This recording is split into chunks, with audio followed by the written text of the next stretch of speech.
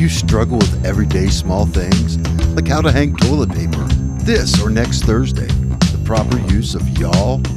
Then join Gary and JR as they consider these and other trivial matters.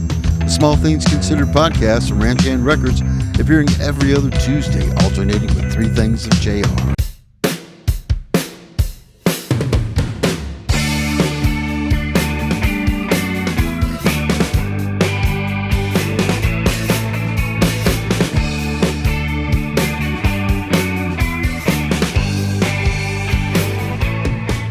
Hello, and welcome to episode 124 of Three Things with JR. I'm JR. I'm recording this way early. Normally, I would record this literally hours, maybe a day before I drop it so that it is as current and topical as possible. However, that is not happening this time because, as you will hear in Thing 1, I'm going to go camping this weekend, and I won't be back in time to make that episode before it needs to go live. So, there you go. So this episode is happening about almost a week early. I am currently, quote, patiently waiting, unquote, for some casting news for the show that I auditioned for last weekend, just a few days ago. And I feel like I had a pretty good audition. I sang well. I danced well. The director of this show knows me from a previous show, Something Rotten. So she knows what I can do, which I think explains why I didn't get a callback for this show.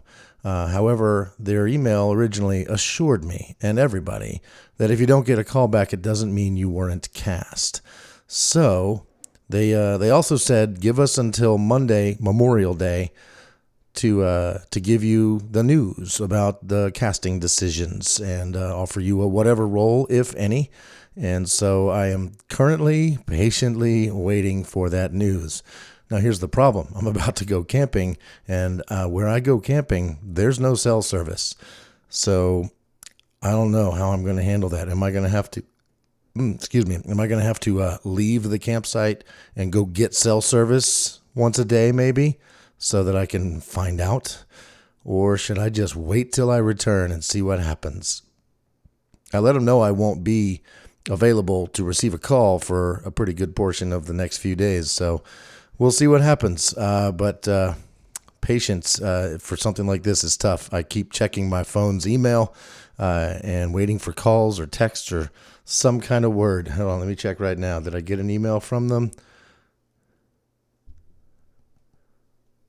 No emails from them since an hour ago when I last checked. So still patiently waiting. While patiently waiting, I have many other things to talk to you about. First off, before we get to the actual things, I want to say how happy I am to know that the Foo Fighters have a new drummer and some new music to listen to. They've been dropping a single here and there, and it's good stuff. It's the Foo Fighters. It's solid. It rocks. It's awesome. They just a couple days ago dropped a video on YouTube featuring their new drummer. They had a little fun with the video because the guys in the Foo Fighters have a sense of humor. Probably the best sense of humor in rock and roll. And but the end of the video was the band with their new drummer playing a classic Foo Fighters song. And this drummer, he's pretty great. His name is John Freese. And I don't know a ton about him. I Googled him. I Wikipedia'd him. He's been in a ton of bands. He's a session drummer. He's played for Devo. He's played for The Vandals, Guns N' Roses, A Perfect Circle, Nine Inch Nails, Weezer. He seems to know what he's doing. He was even a full-time drummer for Sting for several years. So, yeah, he can drum. He's got it. The Foo Fighters music is in good hands with this guy. So yeah, we can all rest easy that the Foo Fighters will continue. If you're not familiar with the Foo Fighters, you should be. I think they're probably about the greatest hard rock band in the world right now and have been for a number of years. They've been going for something like 25 years. They were born out of Dave Grohl's grief over the loss of Kurt Cobain. The story is out there on the internet. It's in documentaries and such. It's easy to find, but basically, he had all these songs in his head, and when Kurt Cobain died, he recorded them. He recorded them all by himself. He played all the instruments, sang all the songs, and out of that was born a band. He had to name it. He had to find the other people to play in his band, and he did, and they're awesome. And Taylor Hawkins was their drummer up until last year when he died. And something like that could have killed a number of bands, but not the Foo Fighters. They live on. I am so happy to be able to say that I have seen the Foo Fighters live. I saw them at the Hard Rock in Vegas when I was there for work for the Consumer Electronics Show. Seeing the Foo Fighters live was definitely an item on my bucket list. Something I absolutely wanted to do, and this was a pretty cool way to do it in a pretty neat environment, like free food, free drinks everywhere, and the Foo Fighters playing music. And they did an amazing show, contracted to play for an hour, played for almost 2 hours. Dave Grohl fell off the stage, which I think is part of his thing now. The only bummer about it was there was no mosh pit. I think a Foo Fighters show would normally, when filled with traditional Foo Fighters fans, there would be a wonderful mosh pit. A mosh pit of love. People running into each other as hard as possible and then picking each other up, slapping each other 5, and doing it again. But that was not happening at the Hard Rock in Vegas. This was a show that was paid for by a major consumer electronics company, and it was full of way too many people in suits to get a mosh pit going. I tried, but it really just wasn't happening. It was great anyway, and I will put a link to the video where they reveal their new drummer in the show notes for this episode in case you're interested, in case you haven't seen that yet. Highly recommend it. It's a great video, great song, and it's funny. So there you go. The Foo Fighters are back, and I'm very happy. All right, let's get into the actual things here, huh? Thing number 1. I am about to go camping. Tomorrow I am leaving and driving up into the mountains of Virginia in Madison County and going to the Rapidan Wildlife Management Area, which is a Virginia-owned land controlled by the Virginia Department of Game and Inland Fisheries. It's not exactly a campground. It is land on which people are allowed to hunt and fish, assuming they have the proper licenses, and you are allowed to camp there on some of the sites along the river that have been sort of cleared for camping. But they, again, are not campsites. This is not a campground. There's no bathrooms. There's no showers. There's no amenities whatsoever. Unless you consider an abundance of fresh air, a wonderful sounding creek running right by your campsite, a campfire, and just all the time in the world to sleep and relax and go hiking and play cornhole and have fireside chats with your friends and family. That's what I do when I go camping. This is absolutely one of the few types of vacations that I go on where I actually rest and get away from stuff. There's no cell service up there. So this is not, I cannot check my email. I cannot get a call from a casting person saying I got the role. I can't, none of that. And so in some ways that can be stressful, but it never is. Like, it never turns out that way. I just relax and enjoy it. I sit there and I look at the fire and I read a book and I talk to my friends and I go hiking and just have a good time. I've been camping at this area now for somewhere in the neighborhood of 20-something years. The first time I went up there was with my now ex-wife and my stepson Chester, my daughter Allison, and my dad.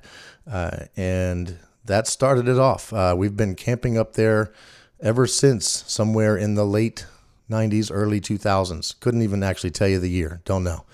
But then at some point, I started inviting my friend Darren, who I grew up with in Northern Virginia. He would bring his two boys. Sometimes he would bring his now ex-wife. And so it would be my family and his family. And then we started bringing friends of our kids and stuff like that. And at one point we had 20 people up there camping, just having a great time. That's not what's going on this time.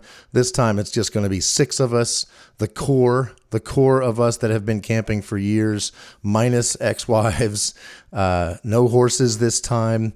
Only one small child, my granddaughter Aaliyah. She'll be with us. Allison, of course, and Aaliyah will be there.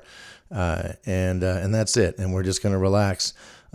We used to take videos while we were there, and we've got a pretty hilarious video from one of our camping trips up there many years ago, featuring the kids and the adults and all the fun stuff we do at camping. If you want to see that, I'll put a link to that video in the comments as well. But this is the kind of camping I like to do. I don't need a campground. I don't need a bunch of other campers to go talk with. I just want people I love to hang out with and sit around a fire and laugh about whatever. And so that's what we're going to do. Going camping. Should be rejuvenating. The weather should be perfect. The days should be like mid to low 70s, and the nights should be in the 40s or 50s, which is ideal sleeping weather. It's ideal daytime weather. It's exactly what you want. Exactly what I want when I go camping. And it's tough to guarantee that when you go camping on Memorial Day weekend.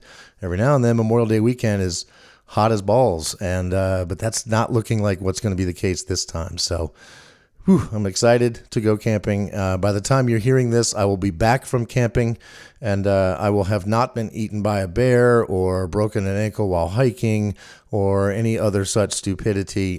We will all be safe and come back in one piece. So there you go. Camping. Do it. Thing number 2.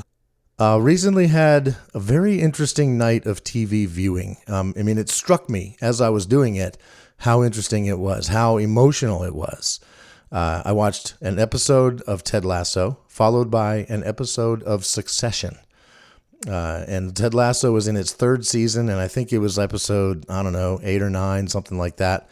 But pretty much every episode of Ted Lasso, especially this season, has left me feeling happy and hopeful. Like, even though some bad things happen to some people in some of the episodes, by the end of it, you are, or I am, joyful. Like, I just have a feeling of joy. I am happy. I am smiling. I am optimistic. It makes me feel joy to watch, like, not just because it was a good show.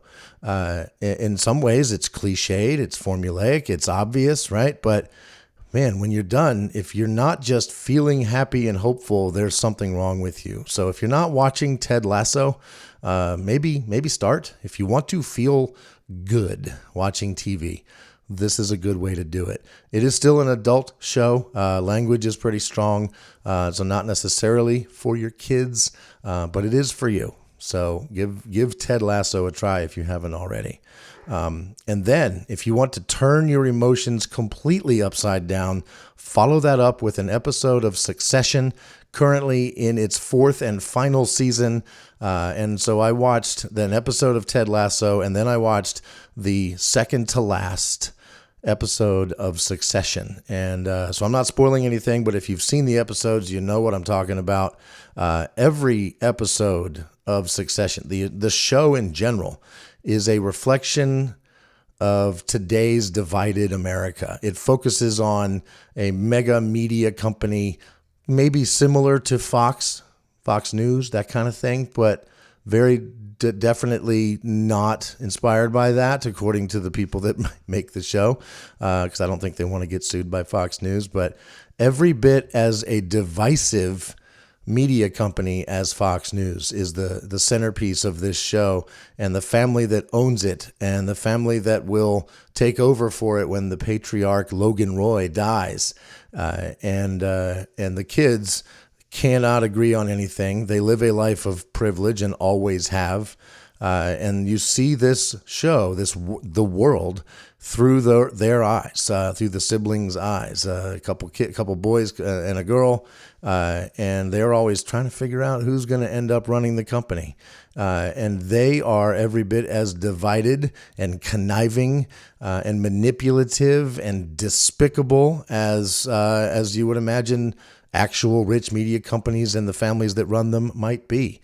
These people wield an incredible amount of power over opinions in the real world, just like they do in this show, all while living an incredibly lavish lifestyle that is on full display in Succession. You don't leave these episodes feeling the same as you do when you watch Ted Lasso. However, it's not a bad thing. It's a different thing. It's a more accurate depiction of the world we live in. But it's actually nice to know that the America this show portrays, Succession, is somehow worse than what we are actually dealing with in reality. So that's good, right? You can get some joy knowing that. It also makes me happy to watch this show because the acting is some of the best acting I've ever seen. The cinematography, one of the best jobs on the planet must be location scouting for Succession, because you're going to get to go to some of the most beautiful, crazy nicest places in the world. And this show shoots on location in some incredible locations. So watch the show to see what I'm talking about. It's great. They use music in a wonderful way to really underscore what's happening. Did I mention the acting? Especially the acting. It's truly top notch. And when I say that, the best example of that acting is one of the kids in the show, an adult in the show, but one of the children of the patriarch, is played by Kieran Culkin. And if you haven't seen the show, and if you don't know who that is, remember the movie Home Alone? What's his face? Macaulay Culkin stars in that, right? Well, his little brother was in the show. His little brother, Kieran Culkin, played a very small role in Home Alone and Home Alone 2. I don't know if he was in Home Alone 3. Don't care. Don't want to know. But he plays the little brother Fuller, who's he's Kevin's bedwetting cousin, and he gets a few seconds of screen time in the beginning of each of those two movies, and he's just an obnoxious little kid who's kind of a brat who wets the bed, and that's it. Who knew that kid really would grow up to be an amazing actor? And if you've seen the episode that I just saw, and again, I'm not going to spoil anything, but it takes place at a funeral, and Kieran Culkin's emotional roller coaster through this season is on full display, and I feel it's pretty moving. It's a pretty powerful performance. It is some of the best TV you'll ever see, both Ted Lasso and Succession, but in so many different ways. So if you're looking for a good show and haven't started either of those yet, it's not too late. Succession is almost over. One more episode.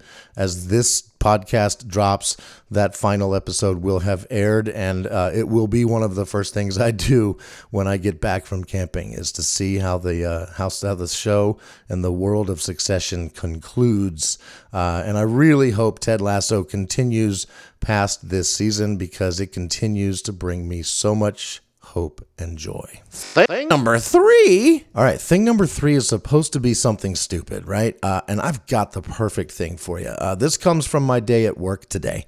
Let me explain what I had to do at work today, which was I had to teach 11 new salespeople at Crutchfield how to understand the technology and how to sell subwoofers that go in cars. You know, those cars that you hear driving around with bass rattling the windows of your car, annoying the neighbors. Those cars that have all that bass, we sell that at Crutchfield. If you want it, by the way, give them a call. But if you are wondering where that stuff comes from, in many ways, it comes from Crutchfield. But there is an extreme side of the subwoofer game that is on full display in YouTube videos and in car shows around the country, where people gather with the vehicles that they are purposely building for subwoofer systems, for making a ton of bass. They install huge subwoofers, and many of them, and they custom build the interior of these cars to house the subwoofers and the amplifiers that power them, and the batteries that power the amplifiers, and the alternators that keep the batteries charged that power the amplifiers that power the subwoofers. And the end result is so much booming, thunderous bass in these cars that when you get in these cars and the system is playing full bore, it's physically painful. It will make your heart skip a beat. It will make your eyeballs rattle in your head, and you might worry they will pop out. It will make your hair fly around your head because the air movement in these cars is so dramatic from how much bass these guys are building into their cars. So I want our salespeople to know and to understand that world, even though we're not necessarily talking to the guys building the show cars at our work every day, but we are talking to the people who go to these shows and see these cars and want a little piece of that in their car. So I want our people to understand that world. And so I have a great YouTube video that just is like, it's 25 minutes. It just shows that whole world at these shows and the craziness that is extreme bass in vehicles. This guy that makes this video, he talks to the people, and he gets a little bit more information about how they built what they built. So I'm setting you up now. I'm going to play an audio clip from from this video because it was one of the funniest things to happen at work in a long time. So in this particular video, it's in like a little Toyota RAV4. There's this huge wooden subwoofer box in the back of the RAV4 with this huge tube sticking out of it that goes all the way up to between the driver and the passenger, and like bass comes flying out of this tube. It's the port for the subwoofer box. And so they spend several minutes in the front of the car just loving how much bass. And then they walk around back to see the rest of the wooden box that this subwoofer has been mounted into. And the box is made out of like MDF, medium density fiberboard, which is nothing to look at, but then it's covered with some much nicer wood that has been stained. Like it looks like the inside of a sauna in the back of this RAV4. This subwoofer box takes up the entire back of the RAV4 with the subwoofer in it, and it's ridiculous. I mean, it's just no normal person needs this in their car. But what you're going to hear is just a short clip that made us laugh like little children in training today. We probably played this clip 20 times, and so I thought, I can handle it one more time, and I thought you might enjoy it as well. The guy is talking to the guy that owns the sub, the guy that does the video, talking to the guy that owns the RAV4 with the subwoofer, and he's asking him about the box. And the guy is looking at the box and explaining why it looks so nice. What the? So, hold on. This is faced this way, and it ports that way. All ports that way. 2 layers of MDF, and then the board on top of it. And then my wife, she wanted to stain it, so she stained it.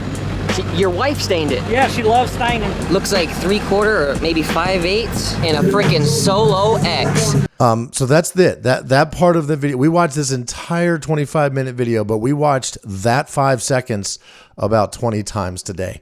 So the guy's asking him how great it is, and he says, yeah, it's great. I built the box out of MDF and then put this wood on it, and my wife stained it. And the guy doing the video seems surprised by that. I got a kick out of that this guy's like, hey, your wife stained it. He's shocked by this revelation, as if he just can't believe that a wife would stain the wood on a subwoofer box. What? Wives don't do that. Can wives do that? Do they even have the ability to? He's clearly, this is a shock to him, which I think is hilarious. As one of my trainees, though, pointed out, that his shock, I might have been misreading it.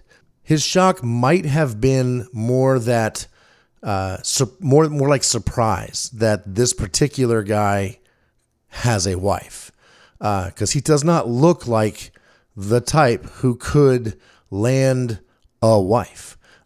He's not the most attractive person. He doesn't sound like the most smartest person. the most smartest person? Neither do I. And he doesn't have good dental hygiene. He doesn't have good grammar. Neither do I. But yeah, I think the surprise might be that he is hitched at all. And not only does she put up with his humongous subwoofer in his car, but she steined it because she loves steinin'. She loves steinin'. That line made us fall over with laughter every single time. Oh yeah, she steined it. She loves steinin'. Let me see if I can play that part again for you. Here we go. Hold on. This is faced this way and it ports that way. All ports that way. 2 layers of MDF and then the board on top of it. And then my wife, she wanted to stain it, so she stained it.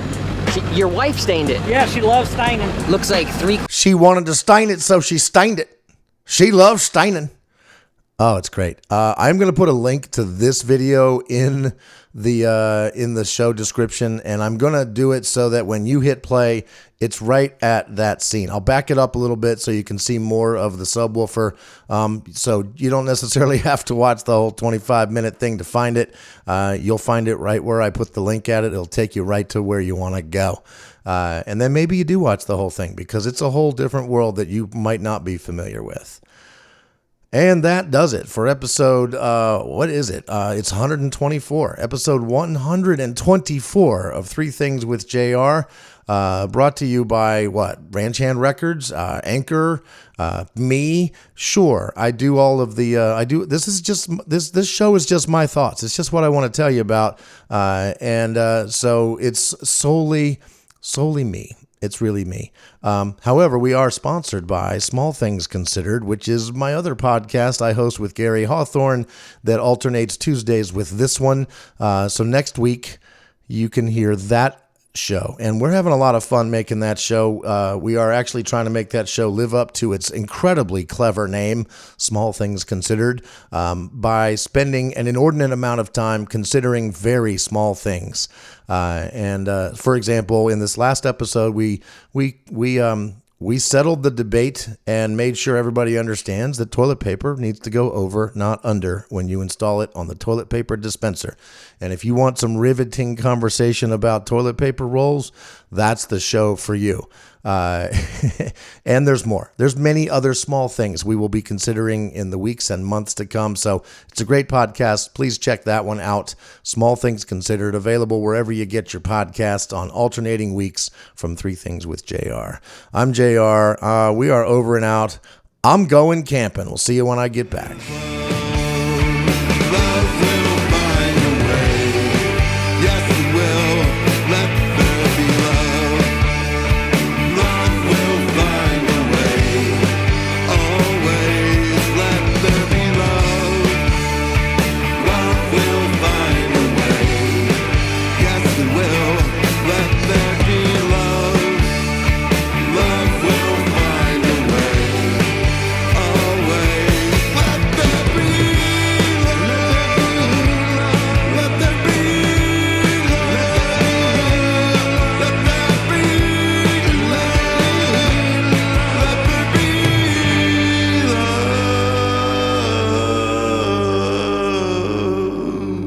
My wife, she wanted to stain it, so she stained it.